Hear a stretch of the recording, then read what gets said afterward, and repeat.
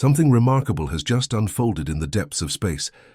The 3I Atlas, an interstellar visitor hurtling through our solar system, has been examined by the James Webb Space Telescope, JWST, and the observations reveal mysterious lights and unexpected phenomena within its coma and tail. This guest from beyond our system is not behaving like typical comets, and the light seen may well push our understanding of what constitutes a comet, an interstellar object, or perhaps something entirely stranger. When JWST trained its powerful infrared gaze on 3I Atlas on the 6th of August 2025, using its near-infrared spectrograph instrument, the data immediately flagged anomalies in its light signature and outgassing pattern. The comet's coma, the diffuse cloud of gas and dust that envelops its nucleus, glowed in ways not typical of known comets. The spectrum revealed a dominance of carbon dioxide, CO2, far greater than ordinary comet behavior, and water vapor much lower than expected. The term mysterious lights in this context refers to the unexpected signatures in the infrared and near-infrared wavelengths, bright emissions, scattering effects, and possibly internal heat or luminescence that are not readily explained by standard cometry models. At first glance, one might expect an interstellar comet to behave similarly to the ones formed in our own solar system.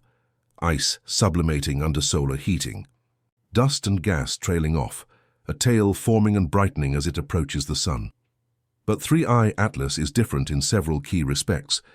Its trajectory is hyperbolic. It came from outside the solar system and is simply passing through. It is the third such confirmed interstellar object after 1I TASS, Oumuamua, and 2I Borisov. Because of that, every detail counts. Its composition, brightness, structure, and behavior may carry hints of its origin and the conditions from which it emerged. What makes the lights in 3I Atlas especially intriguing is the possibility that they are not solely the result of simple sunlight illumination or standard sublimation of ices. Some scientists have pointed to the possibility of internal processes, heat sources, reflections from unusual surfaces, or even technological artifacts, though the latter remains extremely speculative. For example, it has been noted that the object might be producing its own light. JWST's infrared imaging and spectroscopy suggest it is outgassing CO2 at unprecedented levels, with water significantly suppressed. That means the lights and emissions we're seeing may be tied to chemical and physical processes far less common than those in comets we know. In visibility, the lights manifest as bright spots or glows in the coma and possibly within the nucleus region. The mapping of gas and dust by JWST shows scattered light at 1.2 which highlights dust. Emissions at 4.3 CO2, 2.7 H2O, and 4.7 across this object. These wavelengths correspond to energetic processes and suggest that 3I Atlas is not simply a dead icy rock, but an active body with internal complexity. The images hint at structures within the coma that might be brighter or more concentrated than a homogeneous dust cloud would produce. This could suggest localized jets, hotspots, or regions of concentrated reflection or emission. One of the more remarkable findings is the ratio of carbon dioxide to water. JWST found a CO2 to H2O ratio in the coma of 3I Atlas that is among the highest ever recorded for a comet. Comets in our solar system typically release large amounts of water vapor as they approach the sun because water ice is the dominant volatile. But 3I Atlas bucks that trend, so little water vapor, so much CO2. That implies that either it formed under very different thermal or chemical conditions than our solar system's comets, or that it has undergone significant alteration by radiation or other processes in its voyage through interstellar space. The presence of unexpected nickel and cyanide emissions further complicates the picture. Observations by the Hubble Space Telescope and ground-based telescopes have detected nickel vapor and cyanide emissions, substances that are typically found in solar system comets, but not usually in such proportions or with such characteristics. These components might contribute to the mysterious internal or surface processes that generate the lights and emissions observed by JWST. The lights inside 3I Atlas are more than just a curiosity.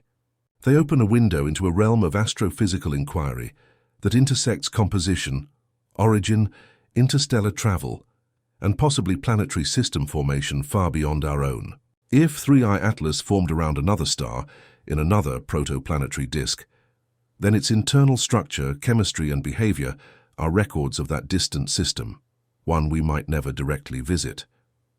The fact that we see these lights or emissions means that the object is active, enough or composed in a way that the processes within it are still functioning or responsive to its new environment around our Sun. One immediate implication is about formation, environments of icy bodies in extrasolar systems. The high CO2 content suggests formation beyond the CO2 ice line in a protoplanetary disk, a region where temperatures were low enough that carbon dioxide could freeze out. That region may have different mechanisms for incorporating volatiles, dust and radiation exposure than our solar system's equivalent. If the object is indeed rich in CO2 rather than water, this suggests that its birthplace may be colder, or that it evolved differently, perhaps exposed to intense cosmic radiation that removed surface water ice and left behind more refractory volatiles like CO2. Another implication is how interstellar objects are modified by their journeys. 3I Atlas has already traversed vast distances through the interstellar medium, exposed to cosmic rays, stellar winds, and collisions with interstellar dust. The lights or enhanced emissions we see might reflect damage, heating, or alteration wrought by those environments. The fact that the water vapor signature is suppressed could mean that water near the surface was depleted by radiation or heated off long ago, leaving behind CO2 ice deeper in the body. The bright lights might then be from regions where heat is coming from inside, perhaps via internal insulation or from jets escaping that interior region. These are not typical of standard solar system comets. Seeing these lights also raises questions about how comets evolve and how volatile materials survive over billions of years in the cold depths of space. If 3I Atlas is older than our solar system, as some estimates suggest, then the persistence of activity and the presence of volatiles like CO2 indicate that icy bodies can remain active even after long interstellar journeys. That challenges assumptions about how long comet ices survive unperturbed and how such objects may behave when entering a new star system. Observing such an object so closely with JWST provides a unique laboratory for understanding long-term preservation and transformation of cometary nuclei.